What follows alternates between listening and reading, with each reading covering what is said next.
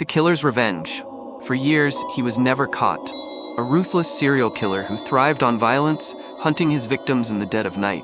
His methods were brutal, his murders merciless. But one night, he made a fatal mistake.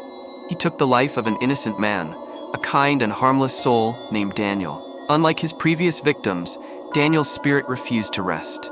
That night, after committing yet another gruesome murder, the killer retreated to his secluded farmhouse, being made confident that he had once again escaped justice. He locked his doors, poured himself a drink, and smirked at the thought of his latest crime. But as he sat alone in the dimly lit room, an unsettling chill crept over him. The air grew thick, the fire in the fireplace flickered, and a strange unease settled in his chest. Then, from the darkness outside came a soft knock on the window. At first, he dismissed it as the wind, but when he turned to look, his blood ran cold. There was nothing outside, yet the knocking continued. Then, without warning, the lights flickered and died, plunging the room into an eerie darkness. A voice, cold and full of hatred, whispered his name. "You took my life." The killer spun around, his flashlight trembling in his grip.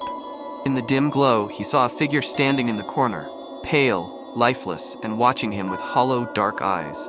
Panicked, he bolted for the door, but it slammed shut on its own. The room twisted around him, shifting, trapping him in a nightmarish maze. Whispers turned to tortured screams, voices of his past victims crying out in agony. Then, Daniel's spirit struck. Invisible hands grabbed him, dragging him backward. He clawed at the floor, his screams of terror swallowed by the vengeful wails surrounding him. Everything he had done to others was now being done to him, slowly, painfully.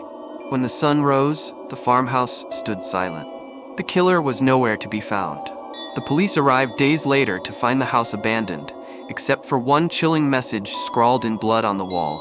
Justice served. His body was never recovered, and to this day, no one knows what truly happened that night. But those who wander too close to the ruins of that farmhouse say that if you listen carefully, deep in the woods, you can still hear his screams. Do you believe in revenge from beyond the grave?